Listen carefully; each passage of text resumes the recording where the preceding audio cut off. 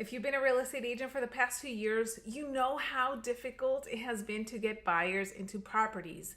Now, if you're new watching this, maybe you're thinking that you want to start working with buyers because they're easier, or maybe your broker or your team leader has told you to get started with buyers. So you know what? In this video, I will be sharing with you the truth about being a buyer's agent. What is going on, everyone? Loida with Team BC at eXp Realty, and that's right, I'm just gonna lay it down and I'm gonna tell you exactly how it is being a buyer's agent. First, let's begin with the fact that if you are working with buyers, you are on their schedule. What that means is that, let's say they are fully approved, they want to start seeing homes.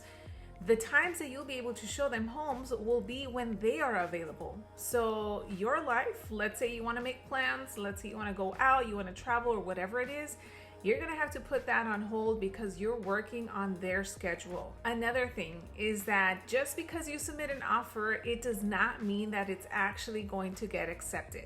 What we have seen in the past 2 years is that there have been multiple offers on properties, many times over 20 offers in over a weekend. So what that means is that only one person got that home and there were still 19 other families left to keep on looking. So that is 19 other agents that unfortunately have to go back and continue looking at homes with their buyers. So just because you submit an offer, it might be great, it might be a great price and terms, you just don't know if it will get accepted and you'll have to go back to the drawing board.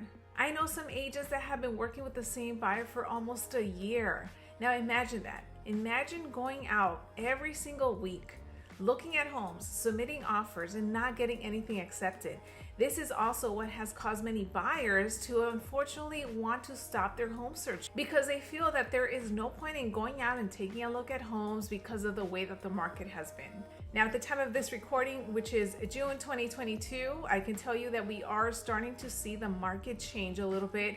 Homes are taking a little bit longer to sell. There's less competition out there. And unfortunately, what we have also seen is that the interest rates have also gone up, which have caused many buyers to not be able to qualify for the price ranges that they initially were able to afford when they first started their home buying process, maybe earlier in the year or last year. Another thing that unfortunately happens, and this has happened to me a few times, is that I get my buyer's offer accepted, which is amazing, right? Because if you're competing with other people, the fact that you get your buyer's offer accepted is just, over the moon. And then what happens? The buyer gets cold feet and decides to cancel. If that has happened to you, let me know in the comment section below. How did you deal with that?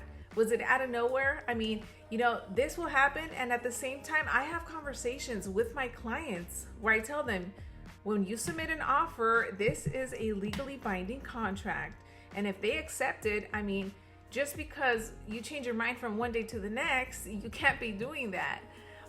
So if you're an agent watching this, this is a conversation that you need to have with your buyers way up front. As soon as you start the home search process, or even as they're getting approved, I like to now tell my clients that, once we get into escrow, you're probably going to start feeling all of these different emotions, and you might second guess whether or not this is the perfect house for you. But I'm here to guide you through the entire process, and you're not the only one that feels this way. So in the past, when this happened to me, this happened way earlier in my career a few years ago, where I got my buyer's offer accepted. There were 14 offers and mine got accepted. And get this, my offer was not even the highest offer. But anyway, long story short, the buyer, she had cold feet. It was a whole bunch of stuff that went on. And unfortunately, we had to pull out because she wasn't even submitting their deposit. So that's another thing. What I have seen happen many times is that buyers get cold feet as soon as they get their offer accepted.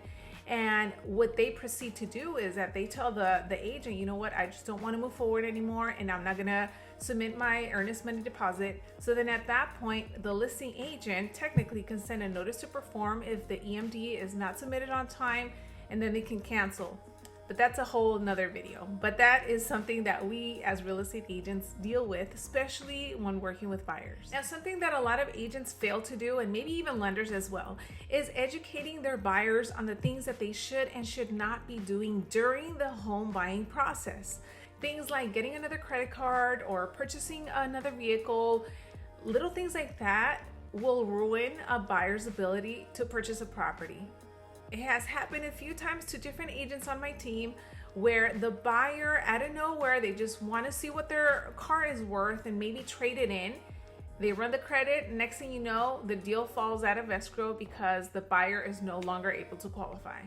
Things like this happen, you guys. So it's extremely important that you as a real estate agent and also your lender have these conversations with your buyers ahead of time so that they know of the things that they should and should not be doing.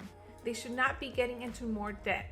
They should not be putting stuff on credit cards because, again, we have the debt to income ratio and a whole bunch of things on the lending side that it can affect their ability to be able to get approved for a loan. And the last thing that I want to leave you with when it comes to working with buyers is that, unfortunately, a lot of them have probably been watching HGTV, and some of them have these really high expectations for what they're looking for in the property that they want to purchase, when unfortunately their budget does not qualify them to get that type of property. So again, we need to have these conversations where we're setting up the expectations for our clients so they know exactly what type of property they're going to be getting to based on their income and their qualifications. If you're not having these conversations, what's going to happen is that your buyers are going to be sending you properties that they see online that are outside of their budget. Then when you tell them that unfortunately this is at a price range that they don't qualify for, they might get mad, or they might tell you, well, we're looking for this house that's 5-bedroom, 4-bath turnkey for $600,000 when they only qualify for $450,000. So again, we have to set these expectations up front. You have to have these conversations. Some of your buyers, they might not like what you have to say, but again, this is going to save you so much time. And if you're working with buyers or you're a buyer's agent, doing little things like this will save you so much time and will prevent so many headaches, because at the end of the day, you and your client will be on the same page on everything that is going on.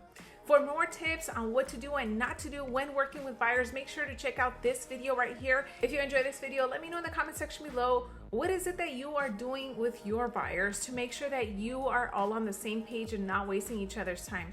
Drop me a comment, give me a thumbs up, share this with someone else, and I will see you on the next one.